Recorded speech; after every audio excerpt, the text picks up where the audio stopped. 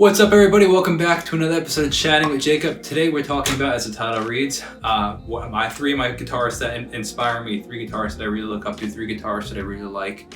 And this is a series where I just talk about the things, just whatever I want to feel like talking about today, or a lot of the questions that you guys ask me. So if you've seen, I play a lot. I play the guitar, obviously.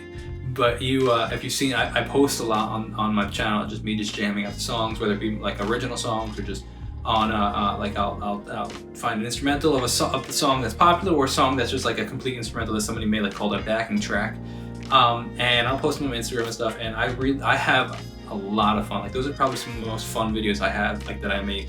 And they're all like improv, just off the top of my head, just playing. And it's also like practice. Like, I feel like I'm getting better as I play them, which is really cool because I'm able to practice things that I want to test out. That being said, though, like, I feel like I definitely have a distinct style of playing, and I think that I get my style playing from listening to other guitarists and taking, like, I think every artist steals from other artists, whether they want to admit it or not. You're influenced by other artists.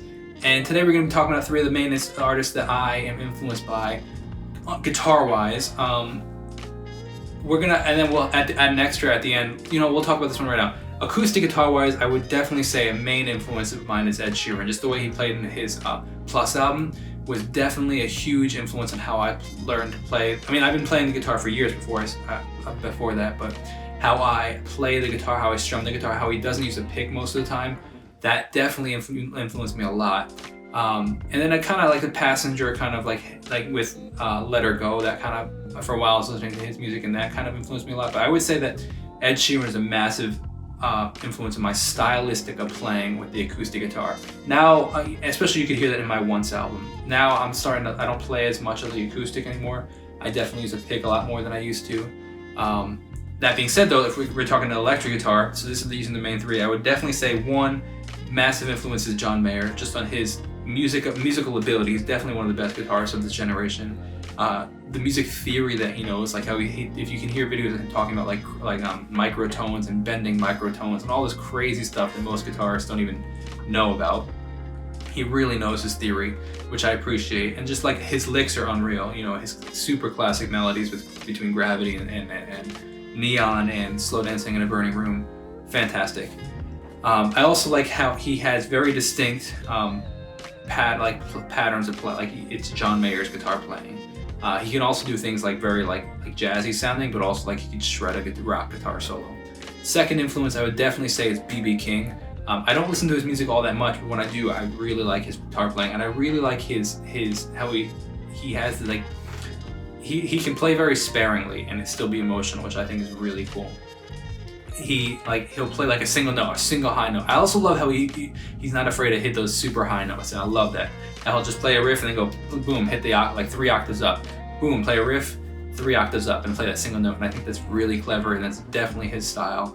And now, of course, these guitarists were influenced by other people, so you could say, oh, but so and so before him did that, but that could very well be true. But I'm not familiar with them, so I'm familiar with B.B. King, and and lastly, we're going to talk about I would say like the whole classic rock genre, whether it be like Slash or all those guys back then.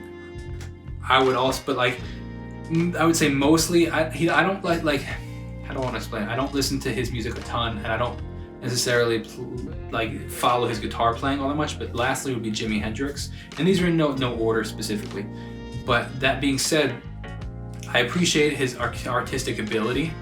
And his the way he plays, and how he's not afraid to he wasn't afraid to bend the limits and just go do crazy things. And I really appreciate that.